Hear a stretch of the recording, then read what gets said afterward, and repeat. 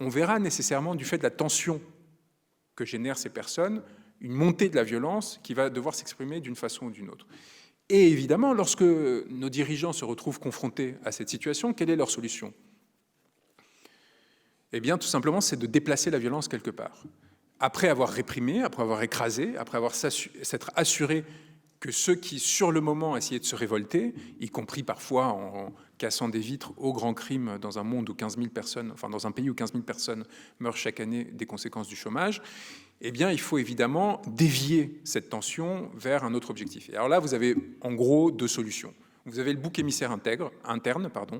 et là, ça va être soit vous-même par un sentiment de détestation croissant, et j'ai relevé récemment que le taux d'hospitalisation pour tentative de suicide chez les jeunes femmes, par exemple, a été multiplié par 8. Et vous allez avoir en fait un sentiment de vulnérabilité croissant au sein de la société du fait de la violence qui va être générée directement par l'exploitation économique et indirectement par les conséquences de cette exploitation économique, avec un accroissement des violences conjugales, un accroissement des violences sexuelles, un accroissement des violences contre soi-même, donc tentative de suicide, suicide et ainsi de suite, parce qu'il faut bien sortir cette violence quelque part.